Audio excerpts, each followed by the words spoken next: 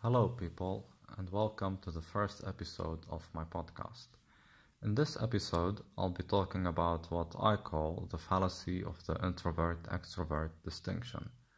It is commonly understood that introverts draw energy by being alone, while extroverts do so by interacting with others.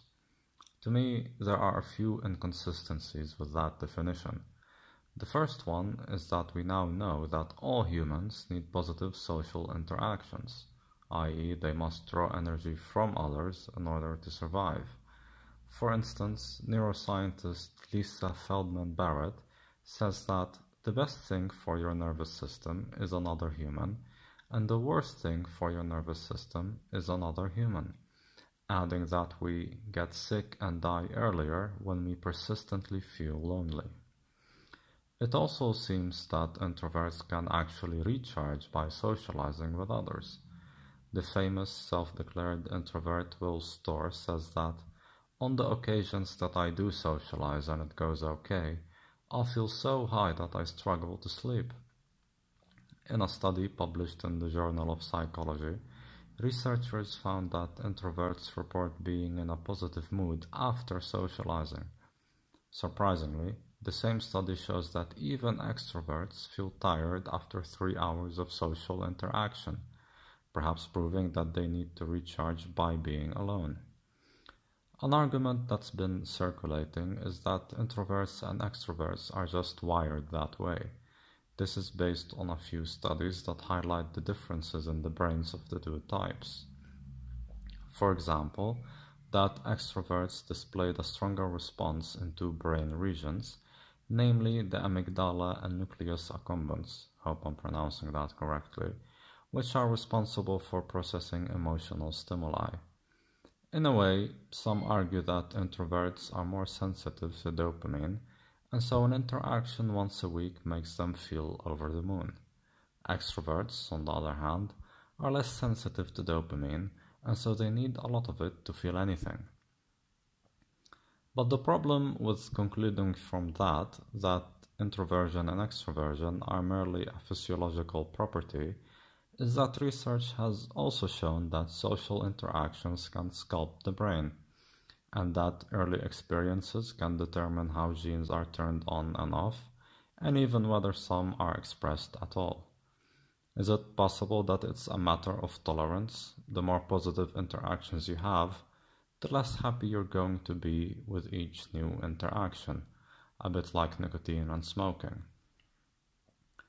It seems to me that with every social interaction, there's a potential for reward, but also a risk of punishment.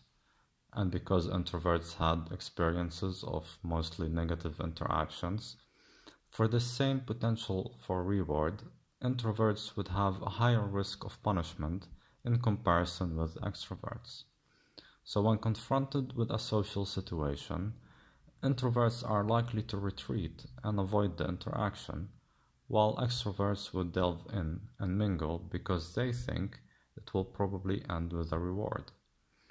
I do not claim to be a psychologist, but in a way this is supported by current research, which shows that undergraduate students who identified as introverts and those with a type D personality, i.e. those with a preference for social inhibition, displayed higher scores for feelings of physical and emotional neglect.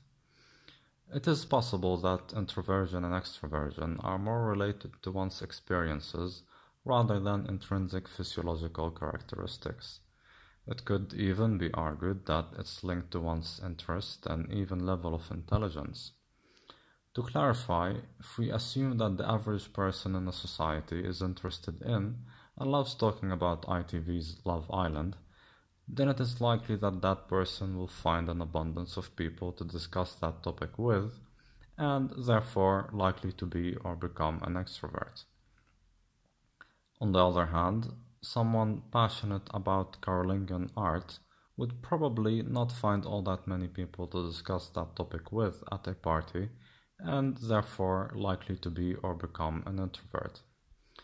Perhaps supporting this postulation is that some research has shown that female introverts have a significantly higher IQ compared with female extroverts. So maybe calling yourself an introvert is a defense mechanism. You convince yourself that it is your nature to prefer to not talk and interact with others, when, in reality, you know that no one is interested in hearing the amazing things that you wish to share with others. Thank you for listening. The links to all the references that I've mentioned are listed below in the description. If you like the content, please make sure to like and subscribe. Stay tuned for the next podcast.